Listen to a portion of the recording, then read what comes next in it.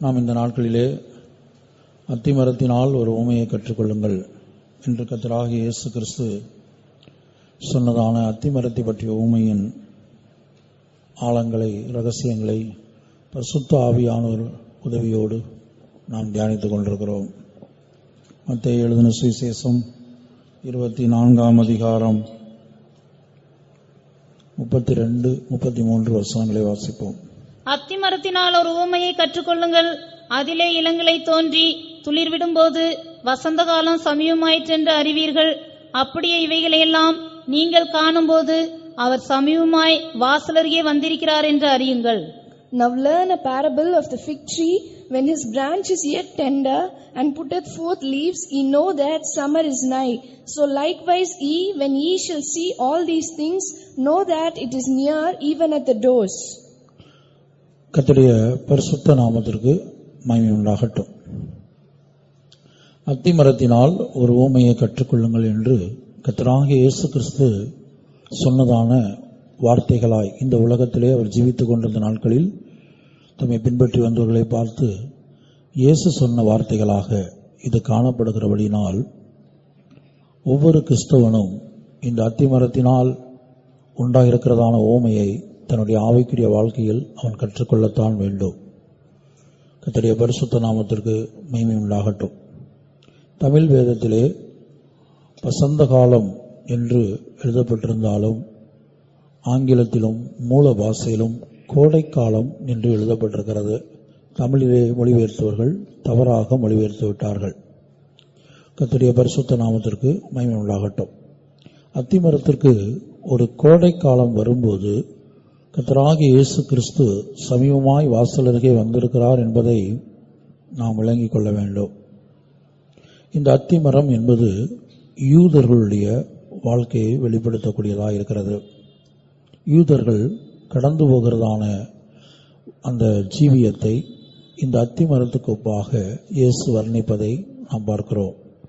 முதலாவதாக இந்த அத்திமரத்தின் உவமையிலிருந்து நாம் கற்றுக்கொள்ளக்கூடிய சத்தியம் என்னவென்று சொன்னால், எழுத்தின்படியான யூதர்களுடைய வாழ்க்கையில் சம்பவித்தது என்ன.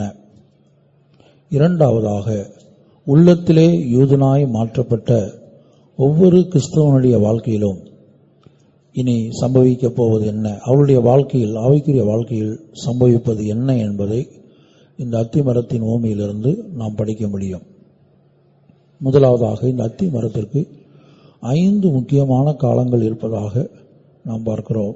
அதிலே முதல் காலம் இலையுதிர் காலம், இரண்டாவது காலம் குளிர்காலம், மூன்றாவது காலம் வசந்த காலம், நான்காவது காலம் கோடை காலம், ஐந்தாவது காலம் கனி முதிர்ச்சி காலம் அல்லது லேட் சம்மர் என்று அதை சொல்லுகிறார்கள். நமக்கு 5வது காலம் தேவையில்லை. 4வது காலத்திலேயே ஆண்டவருடைய வருகை சமீபம் என்பதை நாம் விளங்கி எடுத்துக்கொள்ளப்படுவதற்கு ஒரு ஆயத்தத்தை பெற்றுக்கொள்ள வேண்டும். முதலாவதாக இலையுதிர் காலத்தை குறித்து நாம் கடந்த நாட்களிலே நாம் தியானித்தோம். அடுத்தபடியாக குளிர்காலம். குளிர்காலத்திலே அந்த அத்திமரமானது அதில் உள்ள இலைகளெல்லாம் உதிர்ந்து எந்த நம்பிக்கையும் இல்லாத அளவுக்கு அது பட்டு போன நிலவரத்தில் காணப்படுகிறது.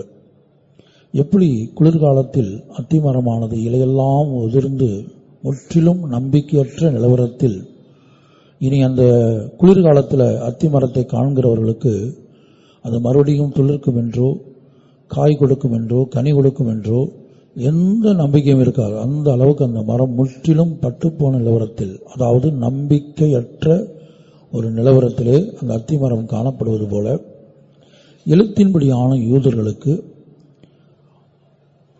ஹிட்லருடைய நாட்களில், அதாவது 2ஆம் உலக மகா யுத்தத்தின் சந்தர்ப்பத்தில் ஒரு பெரிய அழிவு, யூதர்கள் என்று வெளியில் சொல்வதற்கே, அது ஒரு யூதன் தன்னை யூதன் என்று சொல்லிக்கொள்ளவே பயந்த காலம், ஒரு கொடிய காலம் யூதர்களுக்கு உண்டாயிருந்தது. அதைத்தான் எசேக்கியேல் தீர்க்கதரிசி அந்த சம்பவம் நடப்பதற்கு முன்பாகவே, அதாவது யூதர்கள் அந்த குளிர்காலத்துக்கு, அத்திமரத்தின் குளிர்காலத்தின் அனுபவத்துக்கு கடந்து வருவதற்கு முன்பாகவே, சுமார் 2700 வருடங்களுக்கு முன்பாகவே, அதற்கு முன்பாகவே எசேக்கியேல் தீர்க்கதரிசியை கொண்டு கர்த்தர் ஒரு தரிசனத்தில் எலும்புகள் நிறைந்த ஒரு பள்ளத்தாக்கை காண்பித்ததாக நாம் கடந்த வாரத்திலே பார்த்தோம். ஒரு எலும்புகள் நிறைந்த ஒரு பள்ளத்தாக்குக்கு அவரை ஆவியிலே கொண்டு போகிறார். எசேக்கியேல் தரிசனத்தில் இந்த பள்ளத்தாக்கை கண்டபோது இந்த பூமியிலே அப்படி ஒரு பள்ளத்தாக்கு எங்குமே இல்லை.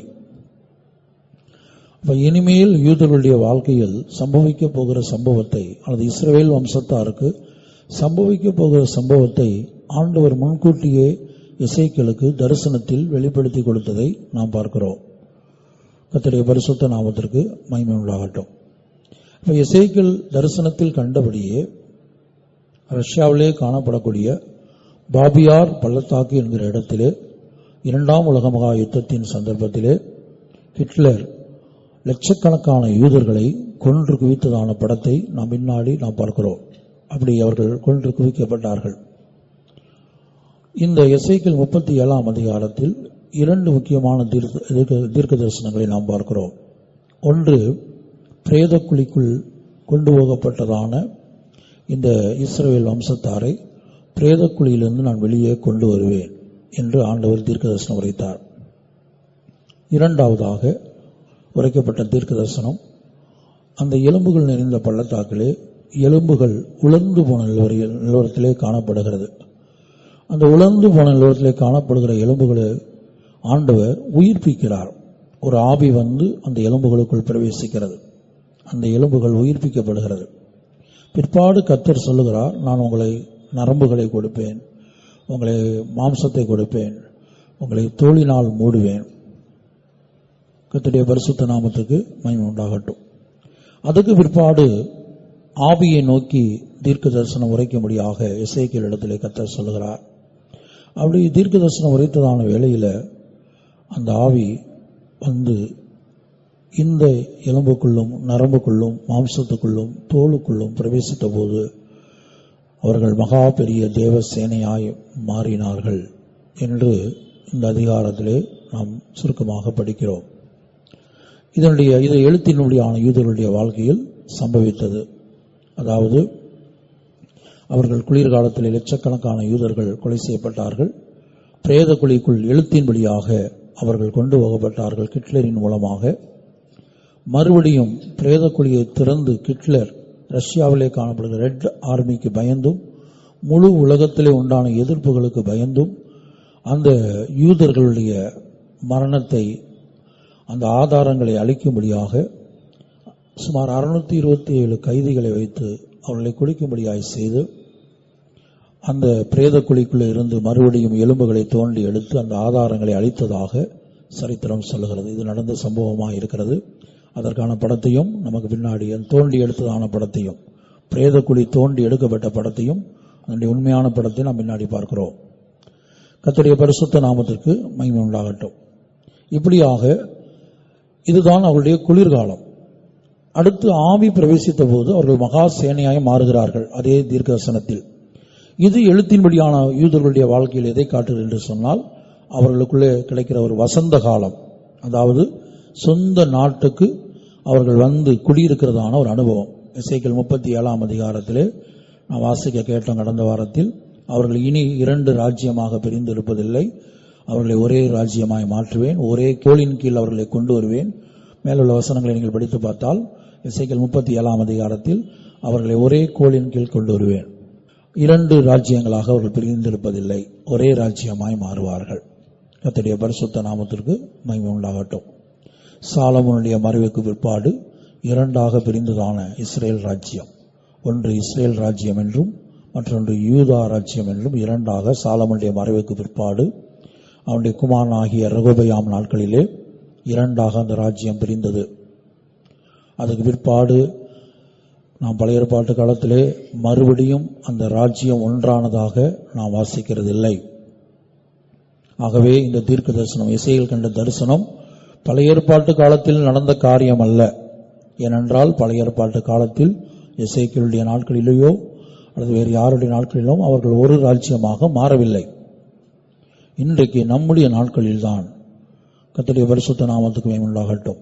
1948ஆம் வருடத்துக்கு பிற்பாடுதான் அவர்கள் என்ன செய்தார்கள், ஒரே ராஜ்யமாக இன்றைக்கு இஸ்ரேல் தேசம் என்று முழு உலகத்தில் உள்ள எல்லா நாடுகளுக்கும் சவால் விடக்கூடிய விதத்தில் வல்லரசு நாடுகளும் அந்த தேசத்தை கண்டு பயப்படக்கூடிய நிலவரத்தில் இஸ்ரேல் பரப்பளவில் ஒரு குட்டி ராஜ்யமாய் காணப்பட்டாலும் இன்னைக்கு இந்தியா முதற்கொண்டு எல்லா நாடுகளும் பயந்து இருக்கக்கூடிய அளவுக்கு அதனுடைய வளர்ச்சி இன்றைக்கு அபரிதமாய் காணப்படுகிறது.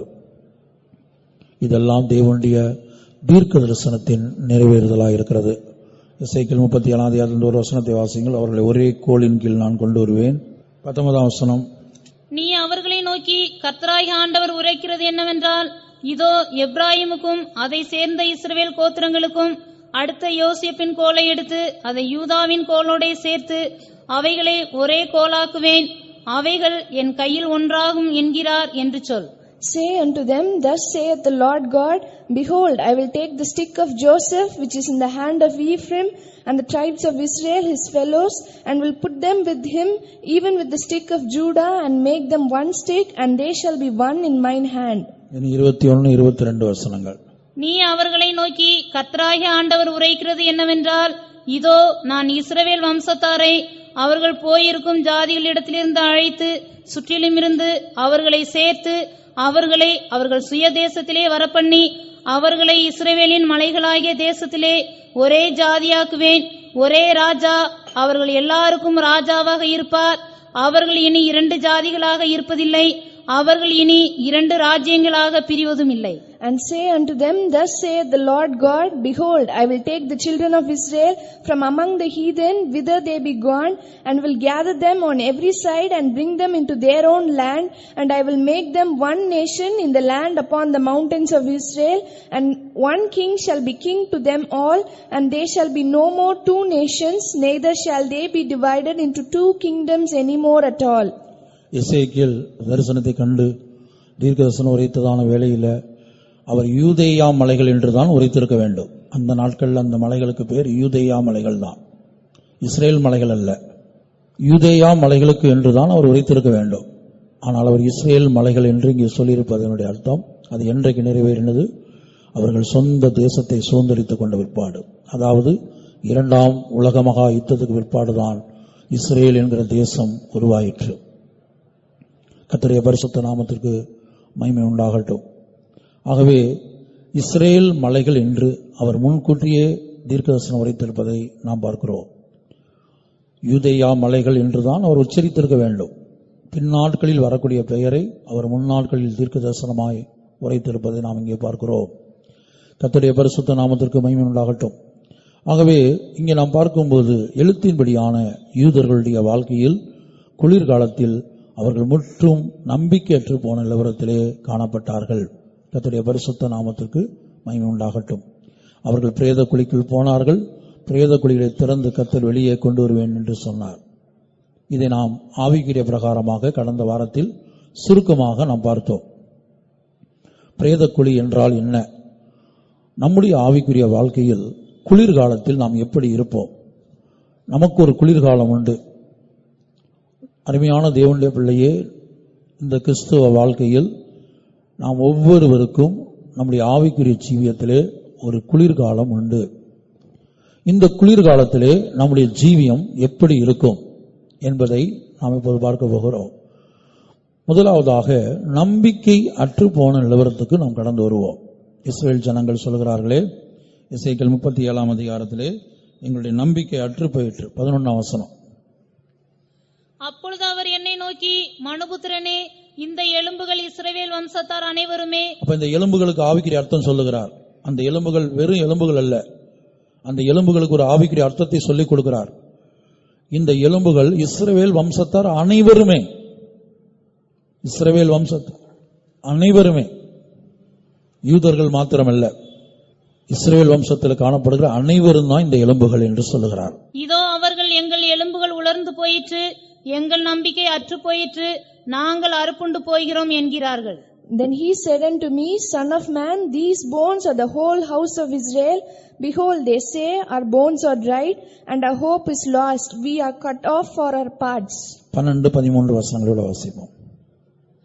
ஆகையால் நீ தீர்க்க தரிசனம் உரைத்து அவர்களோடே சொல்ல வேண்டியது என்னவென்றால், கர்த்தராகிய ஆண்டவர் உரைக்கிறார், இதோ என் ஜனங்களே, நான் உங்கள் பிரேத குழிகளை திறந்து உங்களை உங்கள் பிரேத குழியிலிருந்து வெளிப்படவும் உங்களை இஸ்ரவேல் தேசத்துக்கு வரவும் பண்ணுவேன். என் ஜனங்களே, நான் உங்கள் பிரேத குழிகளை திறந்து உங்களை உங்கள் பிரேத குழிகளில் இருந்து வெளிப்பட பண்ணும்போது நான் கர்த்தர் என்று அறிந்து கொள்வீர்கள். Therefore prophesy and say unto them, Thus saith the Lord God, Behold, O my people, I will open your graves and cause you to come up out of your graves and bring you into the land of Israel, and ye shall know that I am the Lord when I have opened your graves, O my people, and brought you up out of your graves. 4ஆம் வசனம் கூட, என் ஆவியை உங்களுக்குள் வைப்பேன், என் ஆவியை உங்களுக்குள் வைப்பேன், என் ஆவியை உங்களுக்குள் வைப்பேன், நீங்கள் உயிரடைவீர்கள், நீங்கள் உயிரடைவீர்கள், நான் உங்களை உங்கள் தேசத்தில் வைப்பேன், நான் உங்களை உங்கள் தேசத்தில் வைப்பேன், அப்பொழுது நான் கர்த்தர் என்று அறிந்து கொள்வீர்கள். இதை சொன்னேன், இதை செய்வேன் என்று கர்த்தர் உரைக்கிறார் என்று சொல்லி, இதை சொன்னேன், இதை செய்வேன். இன்றைக்கு நம்முடைய நாட்கள் அவர் செய்திருக்கிறார். இன்னைக்கு நம்முடைய நாட்கள்ல உலக வரைபடத்தில் இஸ்ரேல் என்கிற தேசத்தை நாம் பார்க்கிறோம். இன்னைக்கு அநேக தேவனுடைய பிள்ளைகள் என்ன செய்யறாங்க, இஸ்ரேல் தேசத்துக்கு நேரில் போய் அந்த தேசத்தின் நிலவரத்தை பார்த்து வந்தவர்களும் இருக்கிறார்கள். And ye shall know and shall put my spirit in you, and ye shall live, and I shall place you in your own land. Then shall ye know that I, the Lord, have spoken it and performed it, saith the Lord. 14ஆம் வசனம் குளிர்காலத்திலே காணப்படுகிறதான இஸ்ரவேல் ஜனங்கள் வசந்த காலத்துக்குள் பிரவேசிப்பதை காட்டுகிறது. எசேக்கியேல் 37:14 நாம் 13 வரைக்கும் உள்ள வசனங்கள் குளிர்காலத்தை வெளிப்படுத்துகிறது. இஸ்ரவேல் ஜனங்களுடைய குளிர்காலம், யூதர்களுடைய குளிர்காலம். ஆனால் 14ஆம் வசனம் அவர்களுடைய வசந்த காலத்தை வெளிப்படுத்துகிறது. நான் அவர்களை சொந்த தேசத்துக்கு கொண்டு வருவேன், சிதறி இருக்கிற முழு உலகத்திலிருந்தும் சிதறி கிடக்கிறவர்களை அவர்கள் சுய தேசத்திலே வர பண்ணுவேன், அவர்களின் 2 ராஜ்யமாக இருப்பதில்லை, ஒரே ராஜ்யமாக மாற்றுவேன். இப்படிலாம் இதை சொன்னேன், இதை நான் செய்வேன் என்று கர்த்தர் வாக்கு பண்ணுகிறார். அப்ப அவங்களுடைய குளிர்கால அனுபவத்தை நாம் எழுத்தின்படியாக பார்க்க போனால் எந்த விதத்திலும் நம்பிக்கை கிடையாது. யூதர்கள், இஸ்ரேல் ஜனங்கள் முழு உலகத்திலிருந்தும் அவர்களுக்கு ஒரு சொந்த தேசம் கிடைக்கும் என்றோ, அந்த தேசம் ஒரு பெரிய தேசமாய், பாருங்க, சொந்த தேசம் கிடைத்த பிற்பாடு அவர்களுக்கு அநேக யுத்தம் நடந்தது. அநேக அரபு நாடுகள் அவர்களை அழித்து போடும்படியாக, விசேஷமா 6 நாள் யுத்தம் என்று பார்க்கிறோம், அந்த யுத்தத்தில் அழித்து போடும்படியாக அநேக நாடுகள் வந்தது. ஆனால் இஸ்ரேலை மேற்கொள்ள முடியவில்லை. இஸ்ரேலை அந்த நாடுகளுக்கு மேற்கொள்ள முடியவில்லை. ஏன்னா கர்த்தர் சொல்லுகிறார், நான் அவர்கள் என்ன செய்கிறேன், ஒரே ராஜ்யமாக, வல்லமையுள்ள ராஜ்யமாக அல்லது தேவ சேனையாக நான் அவர்களை மாற்றுவேன். இன்றைக்கு எழுத்தின்படியான யூதர்கள், எழுத்தின்படியான இஸ்ரேல் தேசம் நம்முடைய கண்களுக்கு முன்பாக அந்த காலத்திலே வந்திருக்கிறது. இப்ப நம்முடைய ஆவிக்குரிய வாழ்க்கையில் நாம் பார்க்கும்போது இதில் இருக்கக்கூடிய சில சத்தியங்களை, குளிர்காலத்தில் உள்ள சத்தியங்களை நான் ஒருமுறை கூட நினைப்பூட்டுகிறேன்.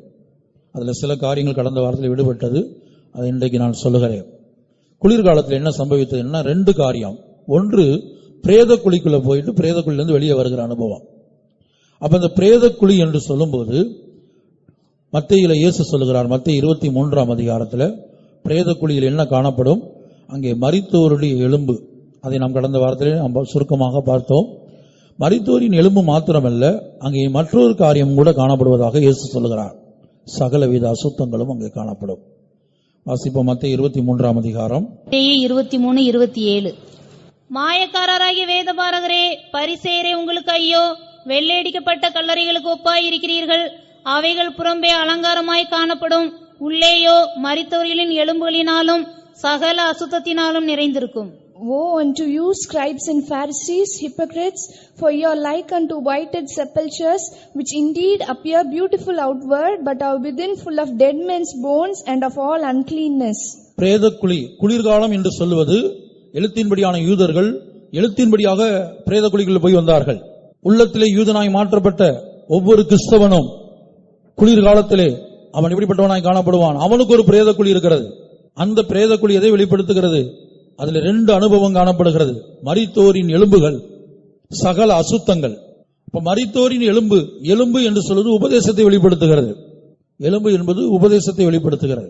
இப்ப மரித்தோரின் எலும்பு என்று சொல்லும்போது, மரித்தோர் என்று சொல்லும்போது பாவத்தில் மரித்தவர்கள், பாவத்தில் ஜீவிக்கிறவர்களையும் மரித்தோர்கள் என்று இயேசு சொல்லுகிறார். மரித்தோர் தங்கள் மரித்தோரை அடக்கம் பண்ணட்டும் என்று இயேசு ஒரு சந்தர்ப்பத்தில் சொன்னது வாசித்தோம் கடந்த வாரத்தில். மரித்தோர் தங்கள் மரித்தோரை அடக்கம் பண்ணட்டும். அப்ப அங்க இயேசு சொல்லுகிற மரித்தோர் யார்? பாவத்திலே ஜீவித்துக் கொண்டிருக்கிறவர்கள். அவர்களும் தேவனுடைய பார்வையில் மரித்தவர்களாக இருக்கிறார்கள். அவர்களுடைய ஆத்துமா மரித்த நிலவரத்தில் காணப்படுகிறது.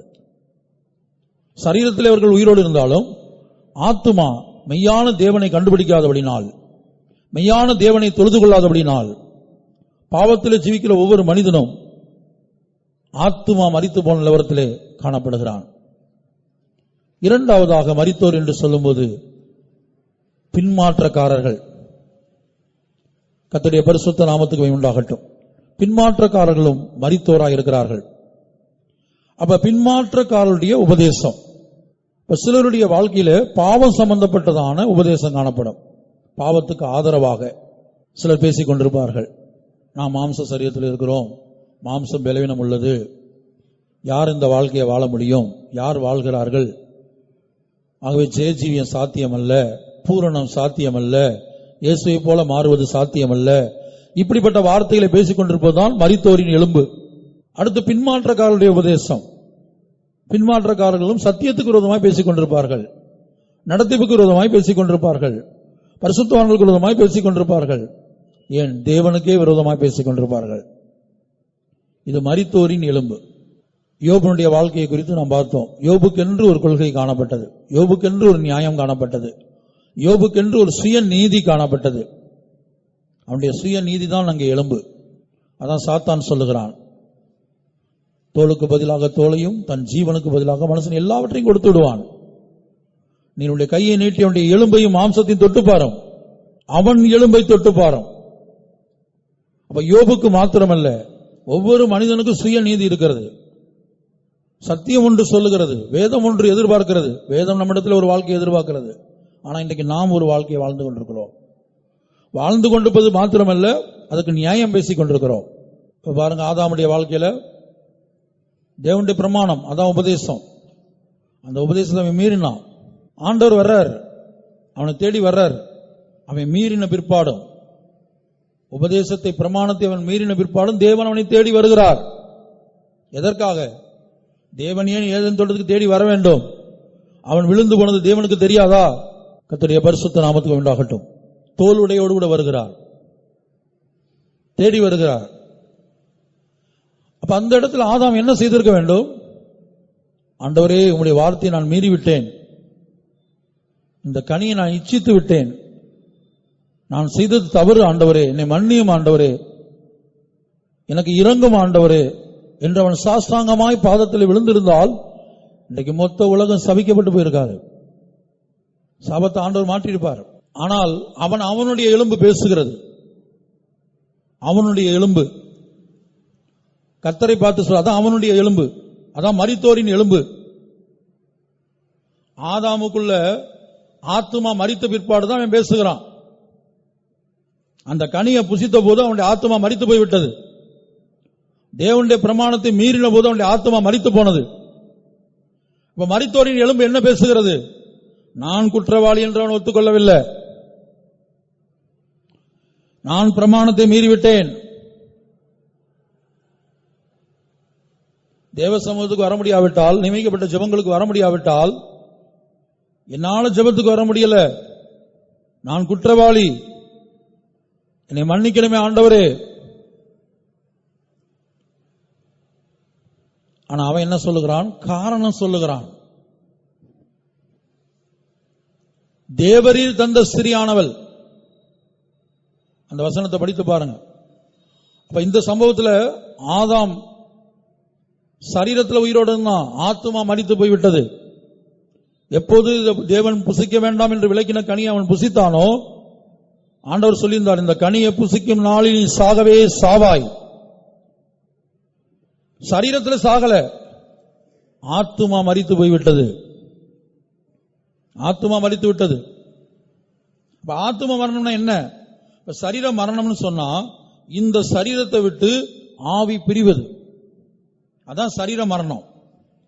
ஆத்தும மரணம்னா என்னன்னா தேவனை விட்டு நம்முடைய ஆத்துமா பிரிவது, தேவ சமூகத்தை விட்டு நம்முடைய ஆத்துமா பிரிவது.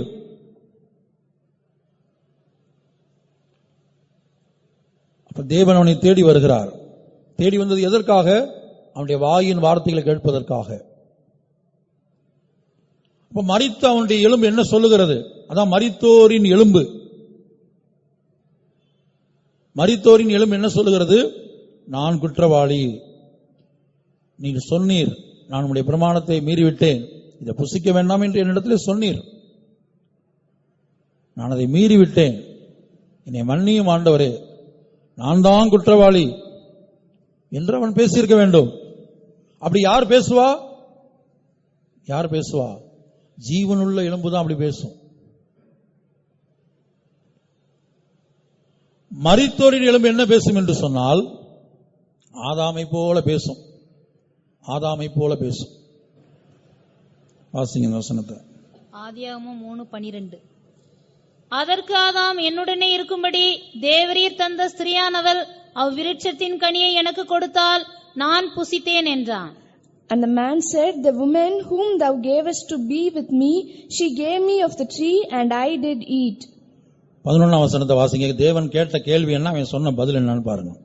அப்பொழுது அவர், நீ நிர்வாணி என்று உனக்கு அறிவித்தவன் யார்? புசிக்க வேண்டாம் என்று நான் உனக்கு விளக்கின விருட்சத்தின் கனியை புசித்தாயோ என்றார். அதற்கு ஆதாம், என்னுடனே இருக்கும்படி தேவரீர் தந்த ஸ்திரியானவள் அவ்விருட்சத்தின் கனியை எனக்கு கொடுத்தால் நான் புசித்தேன் என்றான். And he said, who told thee that thou wast naked? Hast thou eaten of the tree whereof I commanded thee that thou shouldest not eat? And the man said, the woman whom thou gavest to be with me, she gave me of the tree, and I did eat. ஒரு சத்தியத்தை அருமையானவர்களை நீங்கள் விளங்கிக் கொள்ள வேண்டும். விபச்சார பாவம் பண்ணின தாவீதை ஆண்டவர் மன்னித்தார். அந்த விபச்சார பாவத்தை மறைக்கும்படியாக ஒரு கொலை பண்ணினான். பழைய ஏற்பாட்டு காலத்தில் மரணத்துக்கு ஏதுவான பாவம் இது ரெண்டுமே, விபச்சாரமும் கொலைபாதகம், மன்னிக்கப்பட முடியாத, தேவனால் மன்னிக்கப்பட முடியாத மரணத்துக்கு ஏதுவான பாவங்கள் விபச்சாரமும் கொலைபாதகமும். இந்த ரெண்டு பாவத்தையும் தாவீது பண்ணான். ஆனா அந்த தாவீதை ஆண்டவர் மன்னித்தார். மன்னித்தது மாத்திரமல்ல, அப்போஸ்தலர்கள்ல சாட்சி கொடுக்கிறார் ஆவியானவர். ஈசாயின் குமாரனாகிய தாவீதை என் இருதயத்துக்கு ஏற்றவனாக கண்டேன். இந்த ரகசியத்தை நாம் விளங்கிக் கொள்ள வேண்டும். அதேவேளை சவுலுடைய வாழ்க்கையில ஒரு கீழ்ப்படியாமை மட்டும்தான் காட்டினான். ஒரே ஒரு கீழ்ப்படியாமை. தேவன் அவனை தள்ளிவிட்டார். பொல்லாத ஆவி அவனை பிடித்தது. அவனுடைய முடிவு பரிதாபமாய் முடிந்தது. அப்ப கீழ்ப்படியாமை பெருசா, விபச்சாரம் பெருசா? தேவனுடைய தராசுல எது பெருசு? கீழ்ப்படியாமை பெருசா, விபச்சாரம் பெருசா? தேவனுடைய தராசுல எது பெரியது? கீழ்ப்படியாமையோ விபச்சாரமோ விஷயம் அல்ல. ஆண்டவருடைய தராசுல நீ என்ன அறிக்கை பண்ணுகிறாய்? உன் அறிக்கை எப்படி இருக்கிறது? உன் அறிக்கை எப்படி இருக்கிறது? இதைத்தான் தேவன் பார்க்கிறார். இப்ப சவுல் பண்ண அறிக்கையை கவனித்து பார்த்தீங்கன்னா 1 சாமுவேல்ல இப்ப சில தேவனுடைய பிள்ளைகள் அறிக்கை பண்றது போல, நீ புசித்தாயோ என்று கேட்டா என்ன சொல்லிருக்கணும்? ஆமா ஆண்டவரே புசித்து விட்டேன், நீர் புசிக்க வேண்டாம் என்று சொன்னீர், நான் புசித்து விட்டேன் ஆண்டவரே, என்னை மன்னியும் ஆண்டவரே, என்மேல் இரக்கமாயிரும் ஆண்டவரே, அந்த ஆயக்காரனை போல மார்பில் அடித்துக்கொண்டு என்மேல் கிருபையாயிரும் ஆண்டவரே, நான் பாவி ஆண்டவரே என்று அவன் சொல்லியிருந்தால் இரக்கம் கிடைத்திருக்கும். அவன் என்ன சொல்றான்? தேவன் கேட்காத காரியத்தெல்லாம் சொல்றான். தேவரீர் தந்த ஸ்திரீ, ஒரு கல்யாணம் பண்ணி கொடுத்தீர், தேவரீர் தந்த ஸ்திரீ ஆனவள். அப்ப தேவனை குற்றப்படுத்துறான், அந்த ஸ்திரியை குற்றப்படுத்துறான். தான் செஞ்ச தவற சொல்லல. இன்றைக்கு நம்முடைய வாழ்க்கையில் செய்யக்கூடிய தவறுகள் சந்தர்ப்பத்தையும் சூழ்நிலையும் அது இதுன்னு காரணம் சொல்லுகிறோம். அதான் மரித்தோரின் எலும்பு. இப்ப ஆதாம் பேசுறானே, தான் மரித்தோரின் எலும்பு. இனி சவுல் பேசுறான் பாருங்க, அதான் மரித்தோரின் எலும்பு. 1 சாமுவேல்ல வாசிக்கும் போது என்ன சொல்லுகிறான்? சாமுவேல் கேட்கிறான், கர்த்தர் சொன்னதை கர்த்தருடைய கற்பனை நிறைவேற்றினீரா? நிறைவேற்றினேன். அப்ப நான் கேட்கிற சத்தம் என்ன? 1 சாமுவேல் 15ஆம் அதிகாரம் 15ஆம் வசனம். Saul said, they have brought them from the Amalekites, for the people spared the best of the sheep and of the oxen to sacrifice unto the Lord thy God, and the rest we have utterly destroyed. அதற்கு சவுல் அமலேக்கியரிடத்திலிருந்து அவைகளை கொண்டு வந்தார்கள். இந்த வார்த்தைகள் நல்லா கவனிங்க. நீங்க தேவ சமூகத்தில் சொல்ற காரியங்கள் மிகவும் கவனமா இருக்க வேண்டும். இங்க சவுலுடைய வார்த்தைகளை தான் மரித்தோரின் எலும்பு. இவனுக்குள்ள பின்மாற்றம் சம்பவிச்சாச்சு. சவுலுக்குள்ள பொல்லாதாவி பிடிச்சாச்சு. சரி, கீழ்ப்படியாம காட்டிட்டான். முதல் தரமானது இரண்டாம் தரமானது ஆசைப்பட்டு, ஆடுகளுக்கும் மாடுகளுக்கும் ஆசைப்பட்டு அதை ஃபர்ஸ்ட் கிளாஸ் செகண்ட் கிளாஸ் எல்லாத்தையும் அழித்து போறான்னு ஆண்டவர் சொன்னா, எல்லாவற்றையும் அழித்து போடுன்னு சொன்னா இவன் ஃபர்ஸ்ட் கிளாஸ் செகண்ட் கிளாஸ் பிரிக்கிறான். இதெல்லாம் ஃபர்ஸ்ட் கிளாஸ், இதெல்லாம் செகண்ட் கிளாஸ் பிரித்து கொண்டு வர்றான். கொண்டு வந்துட்டு இப்ப என்ன சொல்றான், ஆண்டவர் கேட்கும் என்ன சொல்றான், சொன்னது சாமுவேல்ட்ட தான் சொல்றான். ஆனா அது கர்த்தர்ட்ட சொன்னது சாமுவேல்ட்ட தான் சொல்றான். என்ன சொல்றான் பாருங்க, அமலேக்கியரிடத்திலிருந்து அவைகளை கொண்டு வந்தார்கள். நான் கொண்டு வந்தேன் என்றல்ல. அவன் தானே ராஜா, இவன் கிட்ட தானே ஆண்டவர் பொறுப்பை படைச்சார். இவன் தான் உத்தரவாதம், ஜனங்களா உத்தரவாதம், இவன் தான் உத்தரவாதி. அது ஜனங்கள் கொண்டு வந்தார்கள். அடுத்து, ஜனங்கள் ஆடு மாடுகளில் நலமானவைகளை உம்முடைய தேவனாய கர்த்தருக்கு பலியிடும்படிக்கு தப்ப வைத்தார்கள். அடுத்து ஆண்டவருக்கு சொல்லியாச்சு லஞ்சம். அது என்ன சொல்றான் பாருங்க, ஜனங்கள் ஆடு மாடுகளின் நலமானவற்றை உம்முடைய தேவனாகிய கர்த்தருக்கு பலியிடும்படியாய் தப்ப வைத்தார்கள். கொண்டு வந்தது ஆண்டவருக்குன்னு சொல்லியாச்சு. ஆண்டவர் கேட்டாரா, ஃபர்ஸ்ட் கிளாஸ் கொண்டு வா, செகண்ட் கிளாஸ் கொண்டு வா, எல்லாத்தையும் அழித்து போடுனா அழித்து போட வேணும் சொல்லி அனுப்புறார்.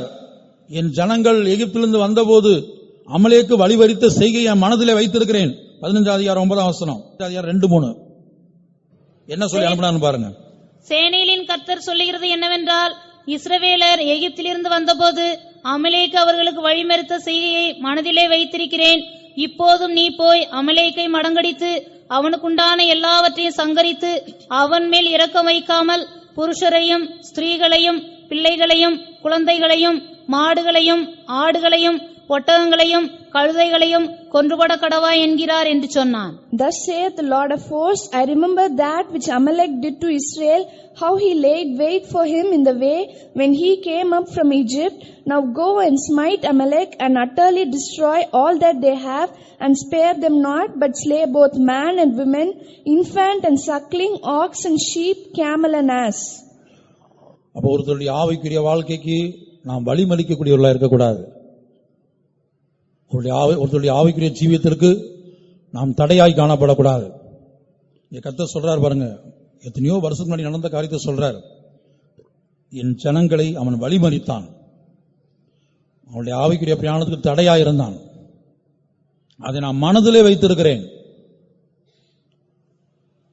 இன்றைக்கு உங்களுடைய குடும்பத்திலோ அல்லது மற்றவருடைய வாழ்க்கையிலோ அவர்கள் ஆவிக்குரிய தேவ சமூகத்துக்கு போவதற்கோ தேவ சித்தம் செய்வதற்கோ நீங்க உங்களுடைய ஜீவியம் அல்லது நீங்க தடையா இருக்கிறீங்களாங்கிறத பாருங்க, வழிமறிக்கிறீங்களாங்கிறத பாருங்க. அப்படியானால் கர்த்தர் அதை மனதிலே வைப்பார். அப்படித்தான் இங்க அமலேக்கு உண்டான எல்லாவற்றையும் அழித்து போடுன்னு சொன்னார். தெளிவா சொல்லி அனுப்புறார், தெளிவா சொல்றார், ஒன்றை கூட விட்டு வைக்காத. வாசிங்க, அதாவது அவன் மேல் இரக்கம் வைக்காமல் புருஷரையும் ஸ்திரீகளையும் பிள்ளைகளையும் குழந்தைகளையும் எவ்வளவு தெளிவா சொல்ற பாருங்க. பிள்ளைகளையும் சொல்லிட்டு விட்டுருக்கலாம், இல்ல குழந்தைகளையும் சொல்லிருக்கலாம். அப்ப இவன் என்ன செய்வான், பிள்ளைகளை வெட்டிட்டு குழந்தை கை குழந்தைதான் வெட்டல, ஆபிரகாம் பலி செலுத்தினது போல. பட்சிகளை அவன் துண்டிக்கவில்லை. பட்சி புறாவை எப்படி துண்டிக்கிறது, பாவம், பார்க்கறதுக்கே பாவமா இருக்குது. பட்சிகளை துண்டிக்கல. அதனால ஆண்டவர் சொல்றார், பிள்ளைகளையும் குழந்தைகளையும் வெட்டு, குழந்தைகளையும் மாடுகளையும் ஆடுகளையும் ஒட்டகங்களையும் கழுதைகளையும். வேற வேலை இல்லாம ஆண்டவர் இவ்வளவு தெளிவாக சொல்லி அனுப்புகிறார். பயம் இல்ல. சொன்னது கர்த்தர் நேரடியாக வந்து சொல்லல, சாமுவேல் தான் சொல்றார் கர்த்தருடைய வார்த்தையை.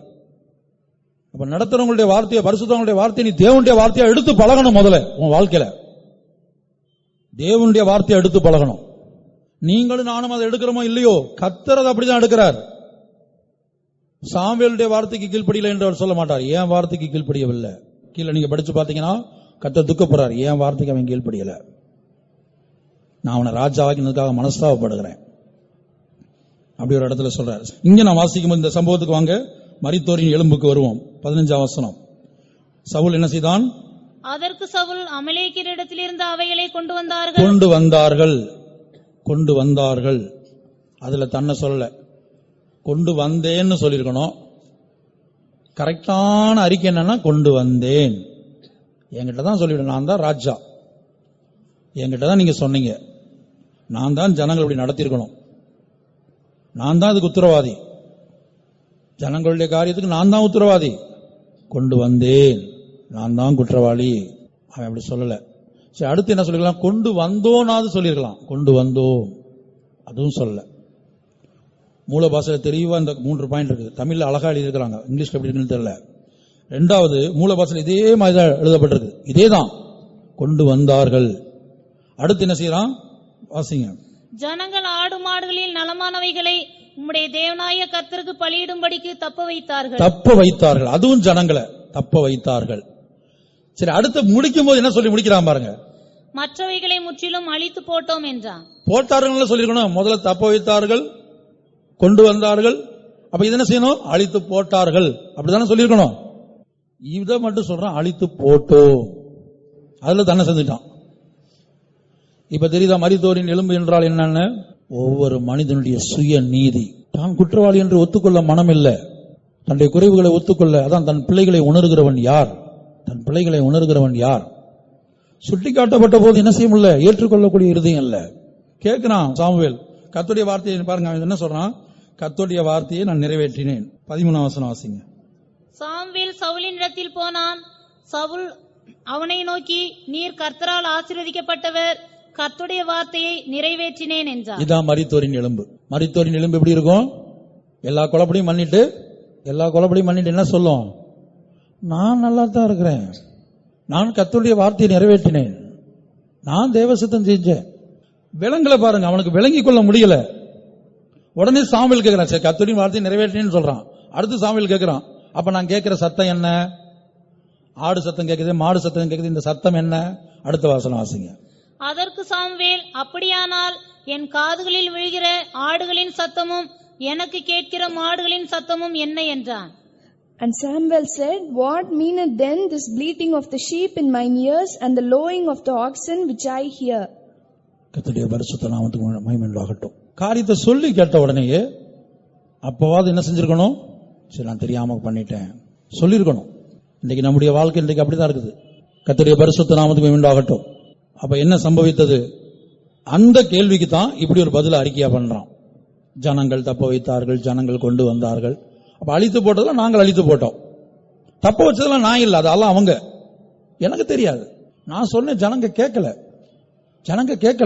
கர்த்தருடைய பரிசுத்த நாமத்துக்கு உண்டாகட்டும். இதுதான் மரித்தோரின் எலும்பு. இதைத்தான் ஆதாமும் ஏதேன் தோட்டத்தில் செய்தான். தேவரீர் தந்த ஸ்திரீயானவள். ஏவாளை குற்றப்படுத்துகிறான். கர்த்தர் கேட்டார், ஆதாம்கிட்ட கேள்வி கேட்கிறார், நீ புசித்தாயான்னு கேட்டா ஆமா புசித்தேன்.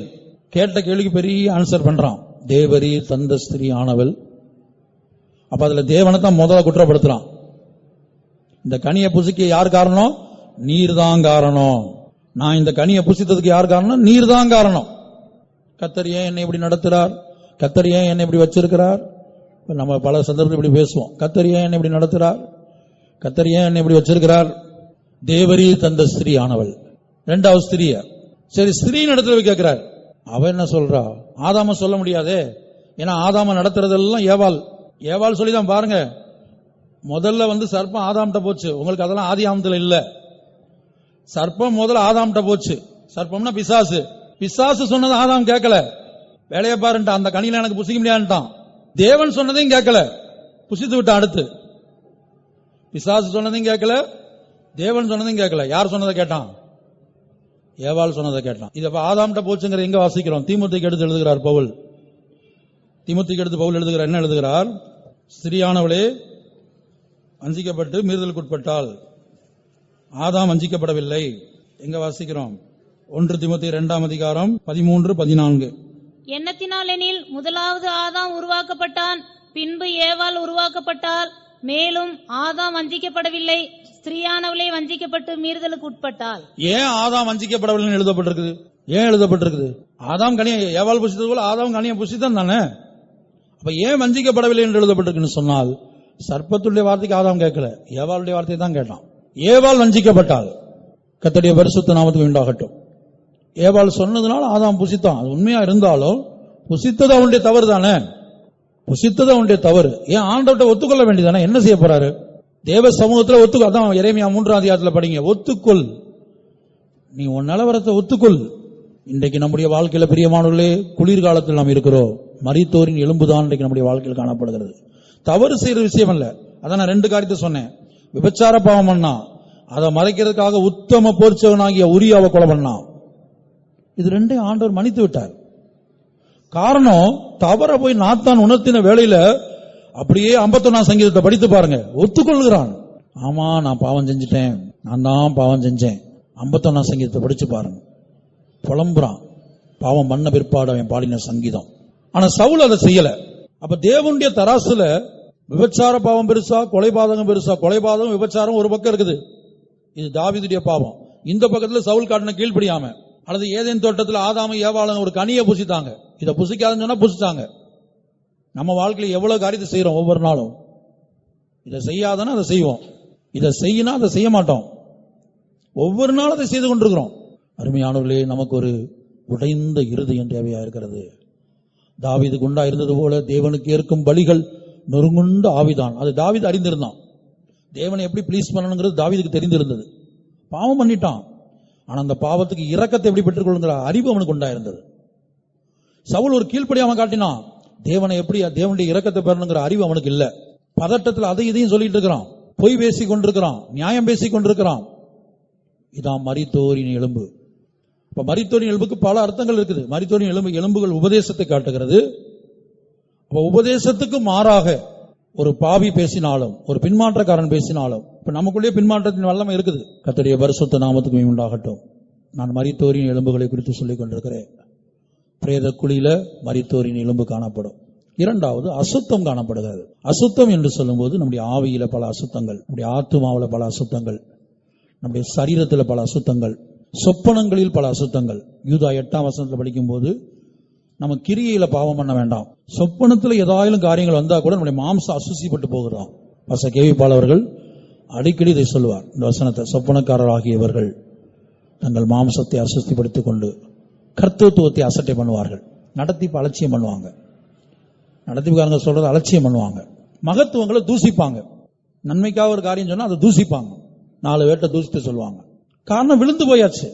மரித்தோரின் எலும்பு, மரித்தோரின் எலும்பு எதை பத்தி பேசும்? மரணத்தை பத்தி தான் பேசும். அதுட்ட ஜீவனை எதிர்பார்க்க முடியாது. யூதா 8. அப்படி போலவே சொப்பனக்காரராகிய இவர்களும் மாம்சத்தை அசுசிப்படுத்திக் கொண்டு கர்த்தத்துவத்தை அசட்டை பண்ணி மகத்துவங்களை தூஷிக்கிறார்கள்.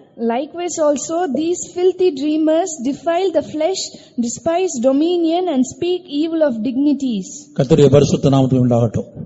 சொப்பனக்காரராகியவர்கள். இப்ப சொப்பனத்தில் உண்டாகிற அசுசியை குறித்து நாம இங்க பார்க்கிறோம். அப்ப சொப்பனத்துல கூட நம்முடைய மாம்சம் அசுசிப்படக்கூடாது. அப்ப இன்றைக்கு நம்முடைய வாழ்க்கையில பாத்தீங்கன்னா எத்தனையோ அசுத்தங்கள் காணப்படுகிறது. ஆவியில அசுத்தம், ஆத்மாவில அசுத்தம், சில சரீரத்தில் அசுத்தம். அப்ப நாம் விளங்கிக் கொள்ள வேண்டும், நாம் ஒரு குளிர்காலத்தில் இருக்கிறோம். இதோட நம்முடைய நம்பிக்கை அற்று போகிறது. இப்ப இந்த அசுத்தத்தில் இருக்கவங்களுக்கு என்னன்னா, அசுத்த வாழ்க்கை ஒரு மனிதன் வாழ்கிறான் என்று சொன்னா, சிந்தையில ஜெயம் இல்லை, கண்கள்ல ஜெயம் இல்லை, ஜீவியத்துல ஜெயம் இல்லை அப்படின்னு சொன்னால் அவனுடைய நம்பிக்கை முழுவதும் அற்று போகிறது. நான் மரிக்கிற வரைக்கும் இப்படிதான் இருக்க போறேன், என்னால முடியாது இயேசுவை போல மாறுறதுக்கு, நான் எங்க இயேசுடைய ரகசிய வரையில போக போறேன், இப்படிப்பட்ட எண்ணங்களை பிசாசு கொண்டு வந்துருவான்.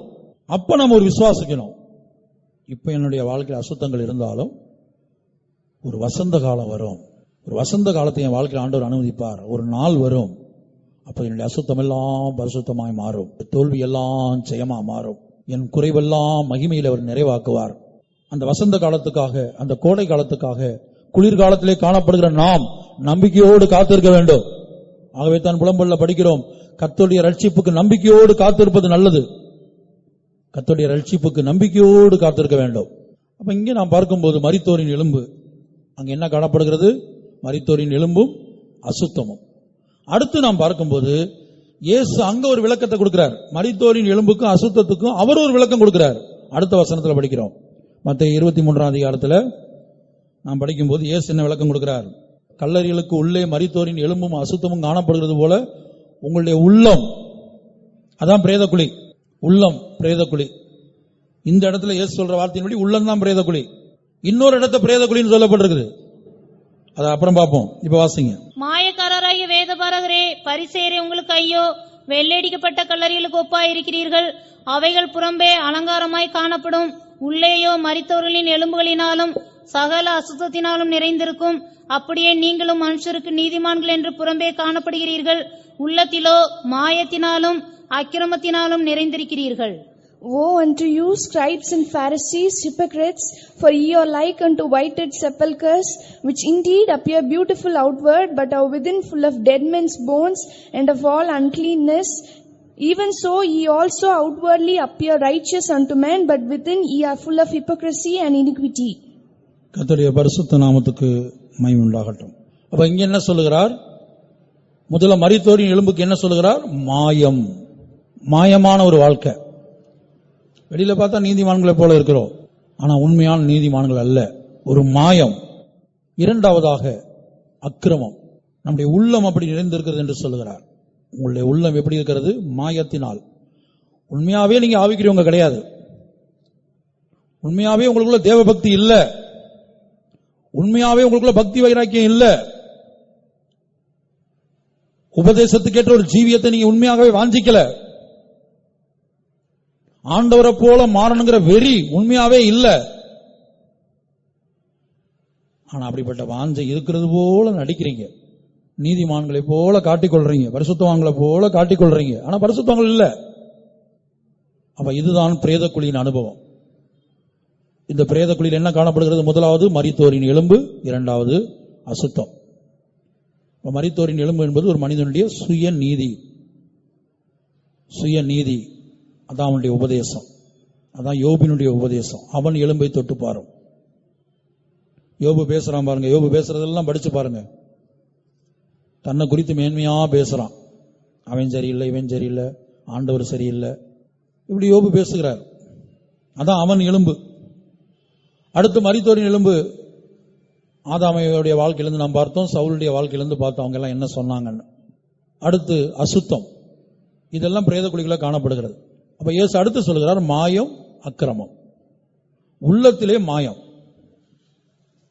சரீரத்தில் இல்ல மாயம், உள்ளத்துல மாயம். ஜெபத்துக்கு வர்றதுக்கு வாஞ்சை இல்ல உள்ளத்துல, ஆனா ஜெபத்துக்கு வர்றோம். கூட்டங்களுக்கு வர உண்மையான வாஞ்சை இல்ல, ஆனா கூட்டத்துக்கு வர்றோம். உள்ளத்துல ஒரு ரியல் லைஃப் உள்ளத்துல இல்ல. அதான் உள்ளத்திலே யூதனானவனே யூதன், உள்ளத்துல இல்ல.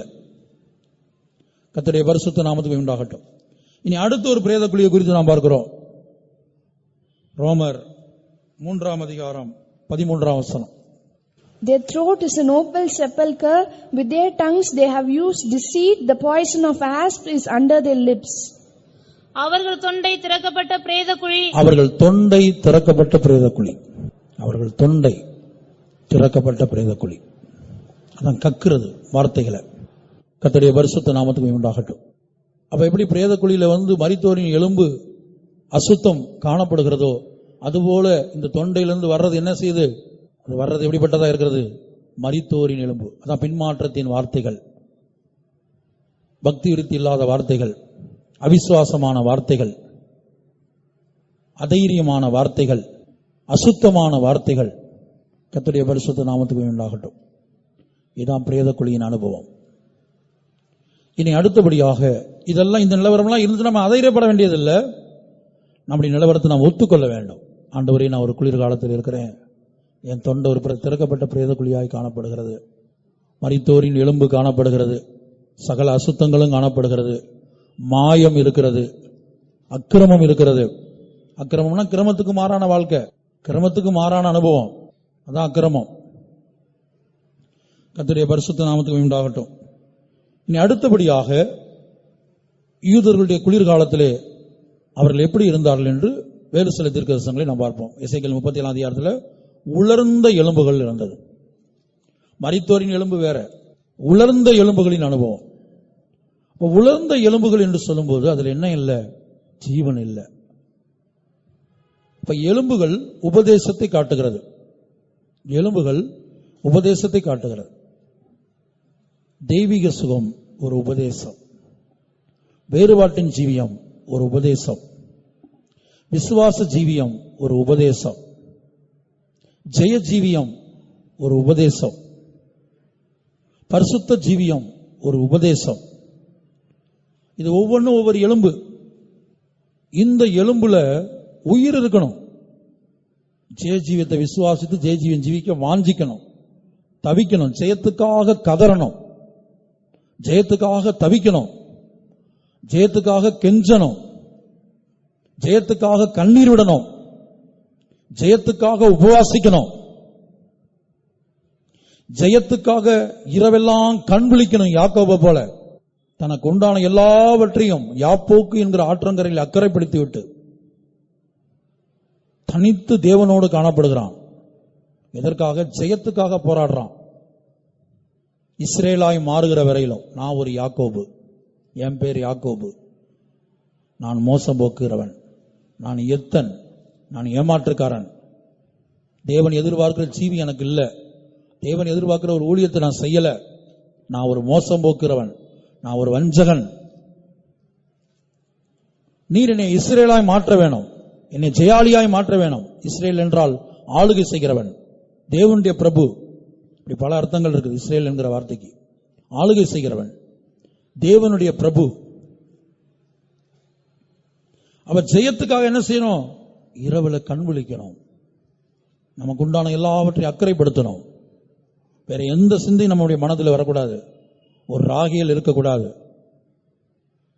ஒரு லேயால் இருக்கக்கூடாது, பிள்ளைகளை பற்றி ஞாபகம் இருக்கக்கூடாது, பணிவிடக்காரியை பற்றி ஞாபகம் இருக்கக்கூடாது, கழுதையை குறித்து ஒட்டகத்தை குறித்து ஆடை பற்றி சிந்தை இருக்கக்கூடாது. எல்லாவற்றையும் நீ அக்கறைப்படுத்த வேண்டும்.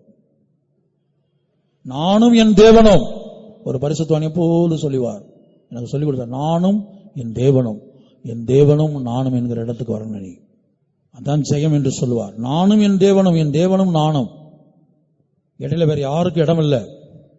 ஒரு ராகேலுக்கு அங்க இடம் இல்லை, ஒரு லேயாளுக்கு அங்க இடம் இல்லை, ஒரு ஆடுக்கு அங்க இடம் இல்லை, ஒரு மாடுக்கு அங்க இடம் இல்லை, கழுதைக்கும் ஒட்டகத்துக்கு அங்க வேலையே இல்லை, வேலைக்காரனுக்கு வேலைக்காரிக்கு அங்க இடமே இல்லை. நானும் என் தேவனும், என் தேவனும் நானும். இன்றைக்கு ஜெயத்துக்காக அப்படி நாம் தவிக்கிறோமா? அப்படி ஜெபிக்கிறோமா? எப்போதும் ஜெபம் பண்ணுங்கள், அது ஒரு உபதேசம். எப்போதும் ஜெபம் பண்ணுங்கள். மனுஷகுமாரனுக்கு முன்பாக நிற்க பாத்துறாங்களா எண்ணப்படுவதற்கு எப்போதும் ஜெபம் பண்ணி விழித்திடுங்கள். இயேசு ஜெபித்தார். அவர் மாம்சத்தில் இருந்த நாட்களில் தம்மை மரணத்திலிருந்து ரட்சிக்க வல்லமையுள்ளவரை நோக்கி பலத்த சத்தத்தோடும் கண்ணீரோடும் விண்ணப்பம் பண்ணினாராம். இயேசுவே அப்படி ஜெபிச்சாராம், பலத்த சத்தத்தோடு கண்ணீரோடு. தான் ரட்சிப்புக்காக தன்னை மரணத்திலிருந்து ரட்சிக்க வல்லமையுள்ளவரை நோக்கி.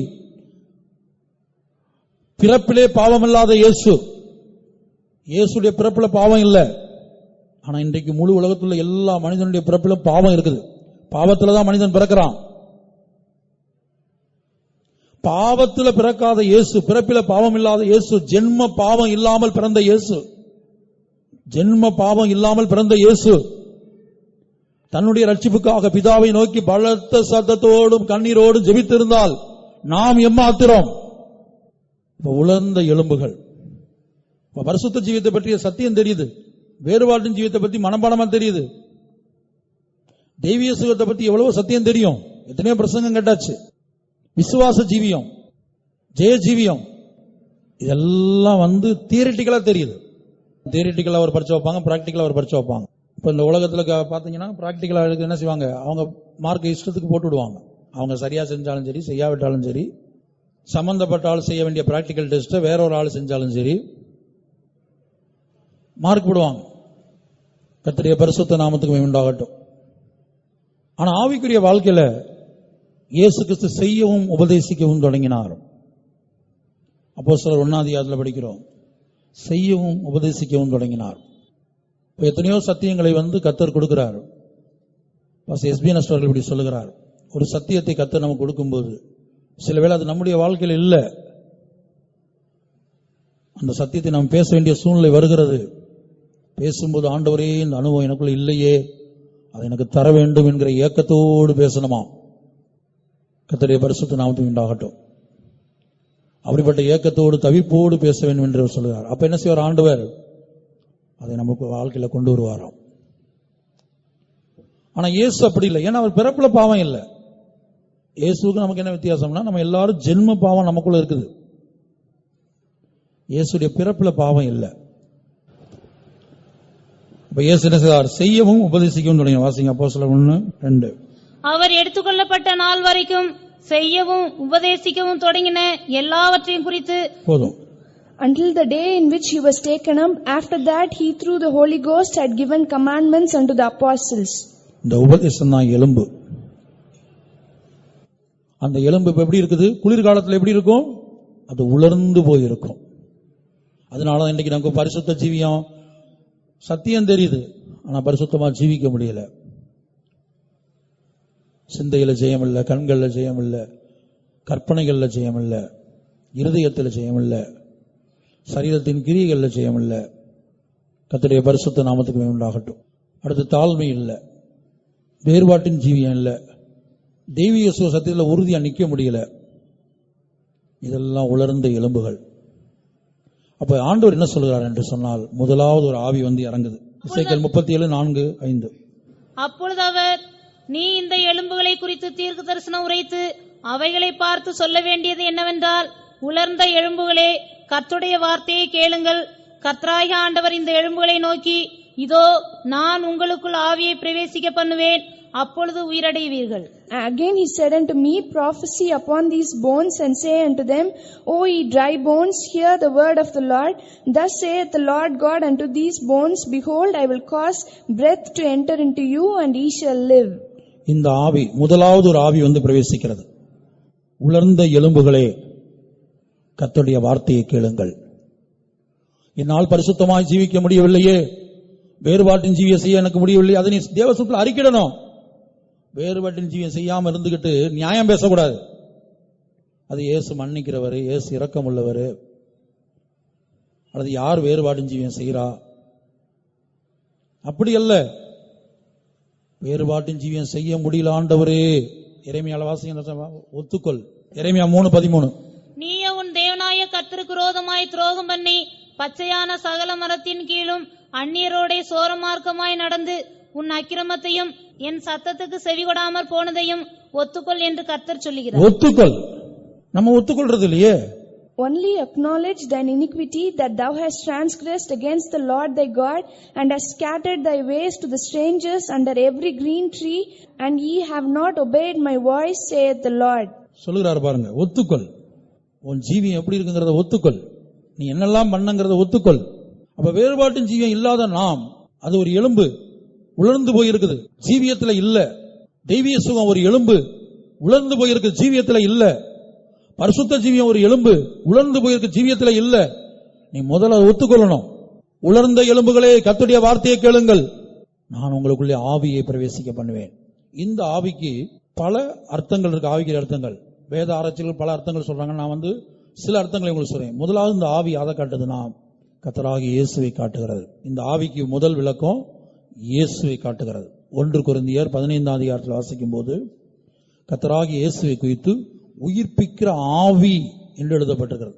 இயேசு என்ன ஆனார்? உயிர்ப்பிக்கிற ஆவி ஆனார்.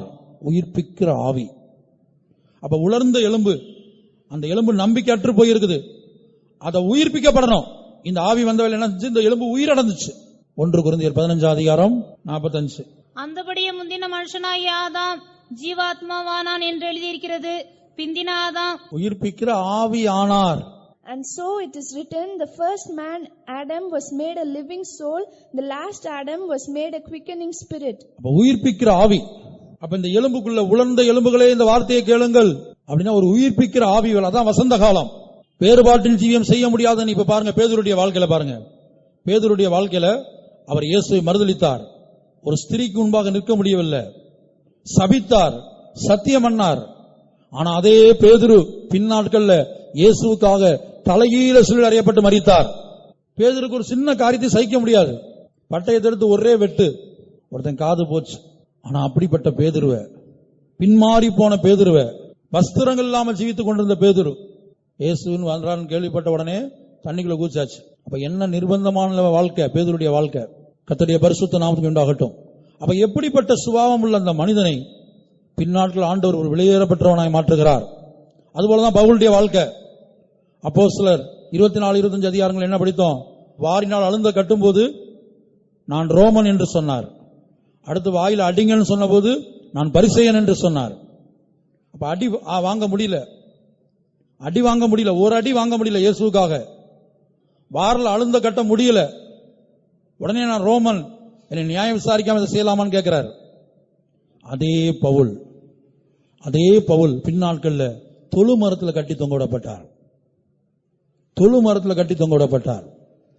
கல்லறி வாங்கினார்.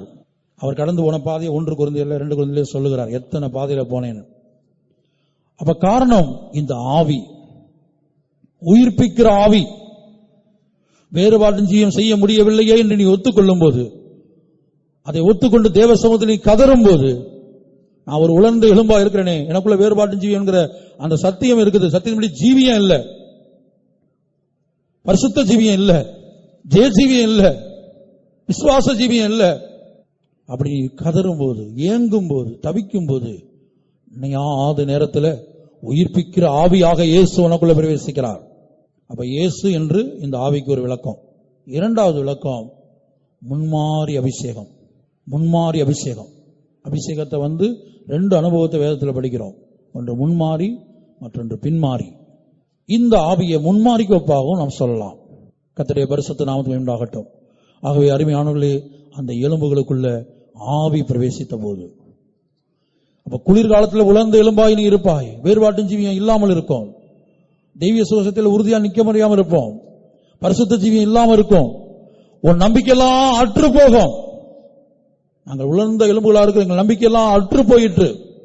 நானா சாராள போல, எனக்கா, இனிமேலா, ஒரு குழந்தையா, தன்னை பார்த்து தானே சிரிக்கிற நிலவரம்.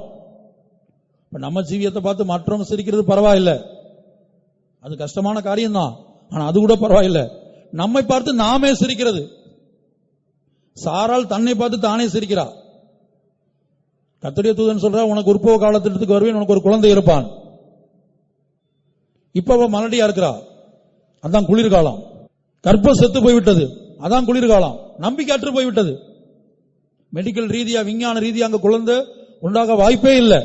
கர்ப்பம் செத்து போய்விட்டது, அதான் குளிர்காலம். ஆனா ஆண்டவர் சொல்றார், உற்பவ காலத்திற்கு உன் இடத்துக்கு வருவேன், அப்போது சாராளுக்கு ஒரு குமாரன் இருப்பான். அவன் சிரிக்கிறா. இதை கேட்ட போது, எனக்கா, இனிமேலா, ஒரு பிள்ளையா என்கிற எண்ணத்தோடு அவர் சிரிக்கிறார்.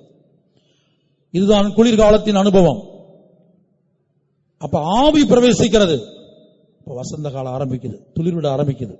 அந்த மரம் துளிர்விட ஆரம்பிக்குது. எப்போது ஒரு ஜீவியத்திலிருந்து ஆவி பிரவேசிக்கிறதோ, இயேசுவை நீங்க பிராக்டிக்கலா அறிந்திருக்கலாம்.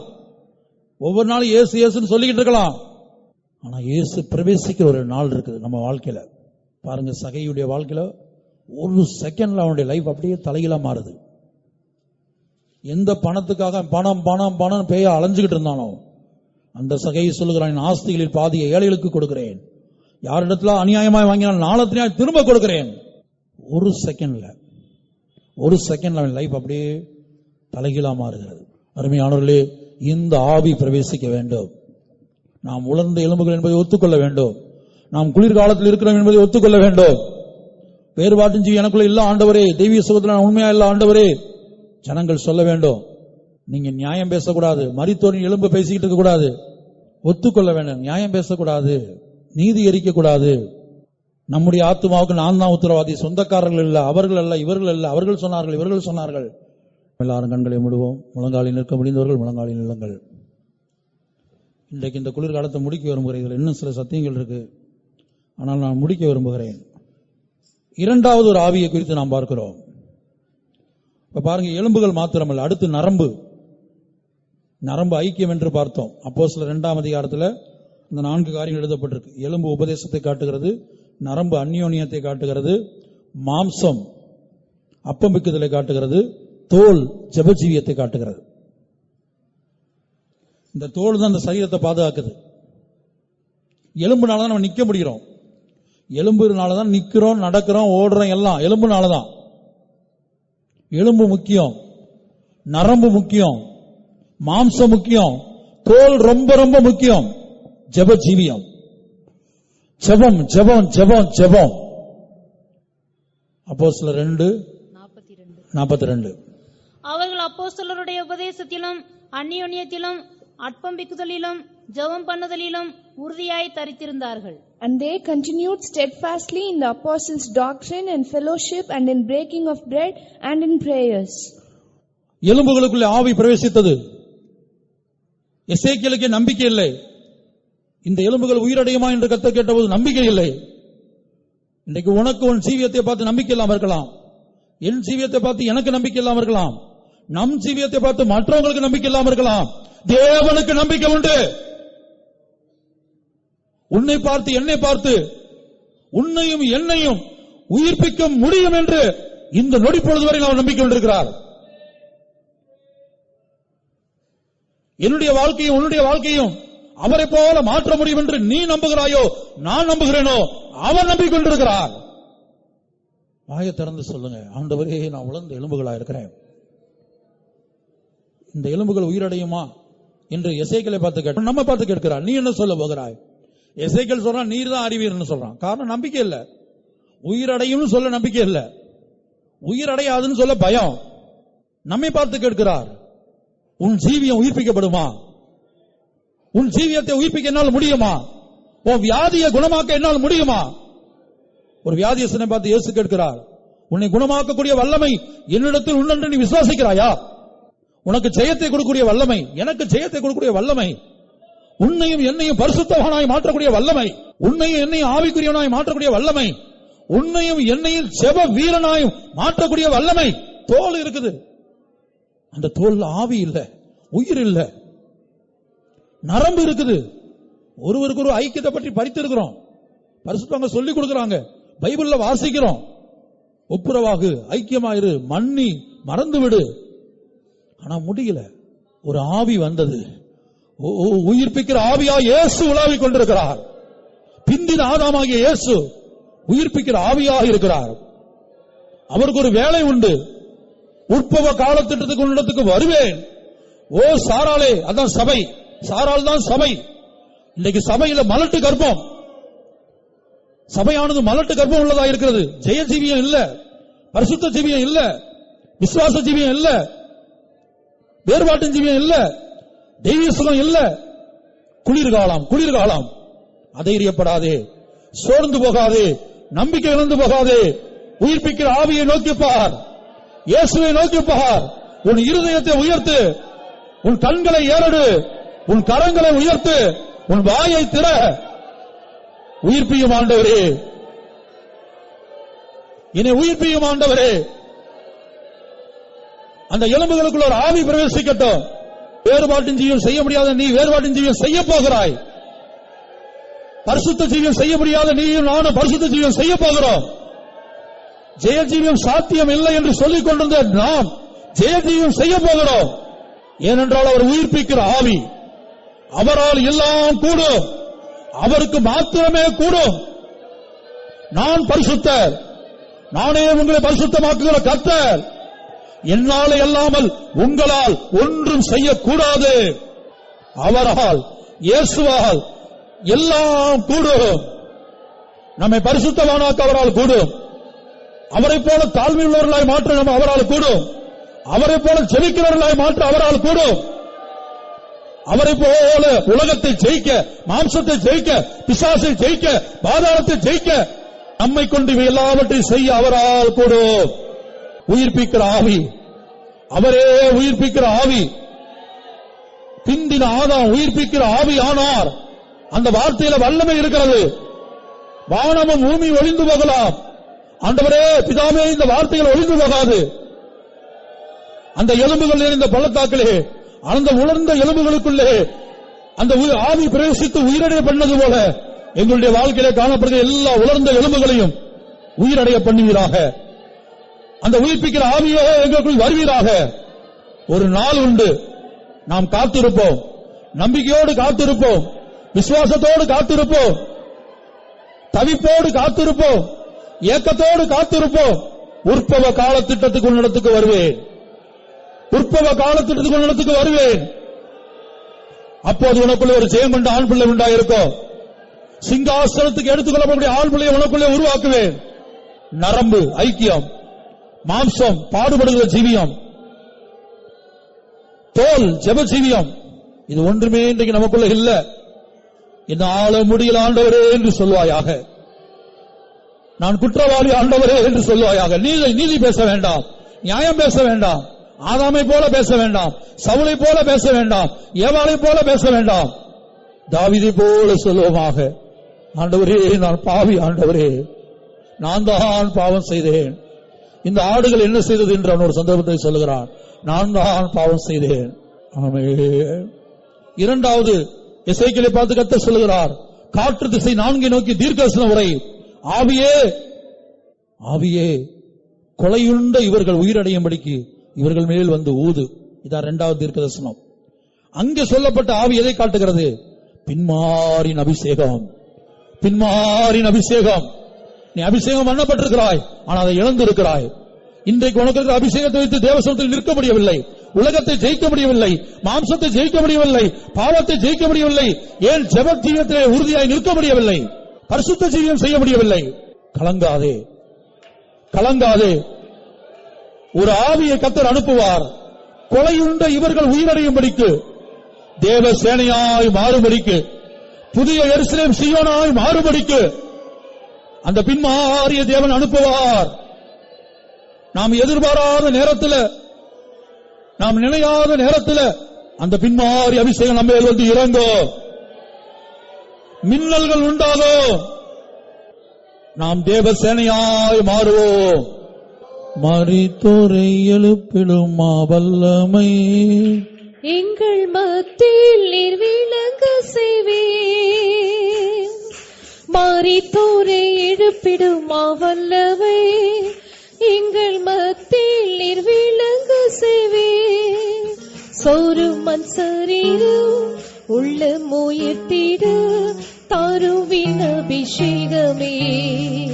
சோறும் மண் சரீரம் உள்ள முயற்சிட தாருவின் அபிஷேகமே.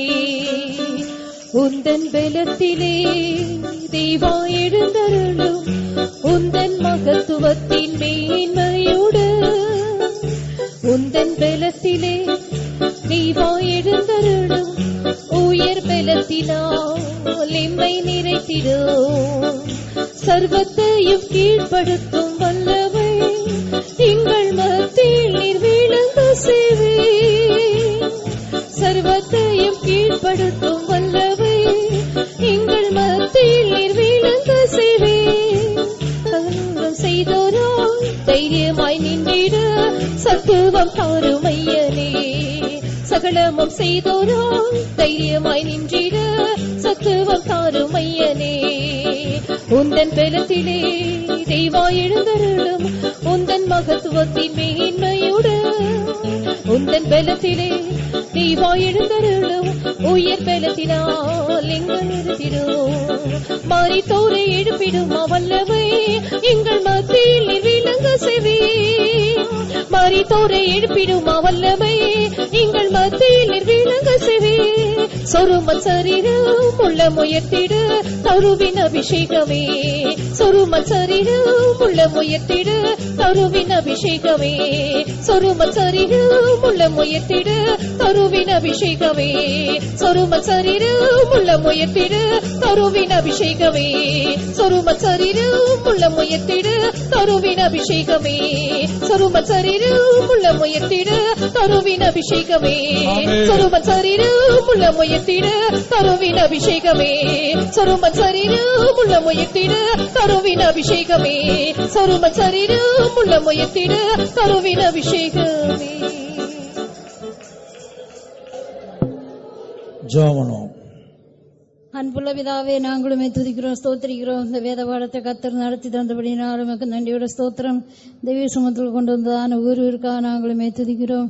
இந்த நாட்களில் கர்த்தாவே, நீ அளித்து கொண்டிருக்கிறதான சத்திய உபதேசங்களுக்கு ஆண்டவரே எங்களுடைய ஜீவியத்தை முற்றிலுமா ஒப்படைத்து எங்களை கர்த்தாவே உண்மை போல மாற்றும்படியாக உங்களுடைய கரங்களில் ஒப்பிக்கிறோம். ஆண்டவரே இயேசப்பா, தேவனை விட்டு கர்த்தாவே ஆத்மா பிரியாதபடி கர்த்தாவை நீர் எங்களை பாதுகாக்க வேண்டும் என்று வேண்டிக் கொள்கிறோம். ஆதாமை போல பல சந்தர்ப்பங்களையும் பிரமாணங்களை மீறுகிறவர்களாய் காணப்படுகிறோம். கர்த்தாவே, நீர் எங்களை மன்னிக்கும்படியாக வேண்டிக் கொள்ளும். எங்களை மன்னித்து ரட்சியும் ஆண்டவரே, எங்களை விடுவியும் ஆண்டவரே. இயேசுவே, ஆவிக்குரிய ஜீவித்தில் முன்னேறாதபடி ஆண்டவரை வழிமறுத்த அமலேக்கின் செய்கைகளை ஆண்டவரை எங்கள் ஜீவித்தை விட்டு முற்றிலுமாய் அகற்றும்படியாக உங்களுடைய கரங்கள் ஒப்புகிறோம் கத்தாவே. மருத்துவரின் எலும்பாகிய சுயநீதி எங்களுடைய ஜீவித்தில் காணாதபடி கத்தாவே நீர் எங்களை பாதுகாக்கணுமே. நறுங்குண்டதுமான ஒரு இருதயத்தை நீர் கட்டளையிடும்படியாக வேண்டிக் கொள்ளும் ஆண்டவரே. பிரேத குழியில் மரித்தோரின் எலும்புகளும் அசுத்தத்தினால் நிறைந்திருக்கிறது என்று காணப்படுகிறதே கத்தாவே. எங்கள் ஜீவியத்தில் ஒரு வசந்த காலத்தை அனுப்பி ஆண்டவரே எங்கள் உள்ளத்தில் உள்ள மாயையும் அக்கிரமங்களை எல்லாம் நீர் அகற்றும்படியாக வேண்டிக் கொள்ளும். எங்களை இயேசுவை போல மாற்றும் ஆண்டவரே. எங்கள் சுயநீதியை எடுத்து போடும் ஆண்டவரே. இயேசு உலர்ந்த எலும்புகளின் அனுபவம் எங்களுடைய ஜீவியத்தை முற்றிலுமாய் அகற்றும்படியாக உங்களுடைய கரங்கள் ஒப்புகிறோம் ஆண்டவரே. இயேசுவே அப்படிப்பட்டதான ஜீவி எங்களுடைய ஜீவியத்தில் வராதபடி காக்கணுமே. உயிர்ப்பிக்கிற ஆவியானவரே எங்களை உயிர்ப்பிக்கும்படியாக உங்களுடைய கரங்கள் ஒப்புகிறோம். எங்களை முற்றிலுமாய் ஜெய ஜீவியம் செய்யும்படியாய் கத்தாவே ஜெயாளியாய் காணப்படும்படி கத்தாவே உதவி செய்ய வேண்டும் என்று வேண்டிக் கொள்ளும். எப்படியாயினும் அப்போஸ்தலருடைய உபதேசத்திலும் ஆண்டவரே அந்நியத்திலும் அப்பம் பெட்குதலும் ஜெபம் பண்ணுதலும் உறுதியாய் தரித்திருந்து ஆண்டவரே சொப்பா எங்களை பரிசுத்தம் பண்ணிக்கொண்டு சீக்கிரமா வருகிற கர்த்தரை சந்திக்கும்படியாக எங்களுடைய ஜனங்களை நீர் ஆயத்தப்படுத்த வேண்டுமே என்று வேண்டிக் கொள்வோம். எல்லா துதி கன மகிமை நீரை ஏற்றுக்கொள்ளும். பிரதரை இன்னமும் பலப்படுத்தி கிருபையினால் நிரப்பிக்கொள்ளும் ஆண்டவரே. ஸ்தோத்திரம். கேட்ட சத்தியங்களின்படி ஜீவித்து நாங்கள் கர்த்தர் வருகை காணப்பட நீர் எங்களுக்கு உதவி செய்யும். எல்லா துதி கன மகிமை நீரை ஏற்றுக்கொள்ளும். இயேசுவின் நாமத்துக்கு கேட்கிறோம் நல்ல பிதாவே. ஆமென். நம்முடைய கர்த்தராகிய இயேசு கிறிஸ்துவின் கிருபையும் பிதாவாகிய தேவனுடைய அன்பும் பரிசுத்த ஐக்கியமும் பாதுகாப்பும் நம்மோடும் எல்லா பரிசுத்தவான்களோடும் அவருடைய வருகை விரிந்து இருப்பதாக. ஆமென். அல்லேலூயா. எல்லாருக்கும் ஸ்தோத்திரம்.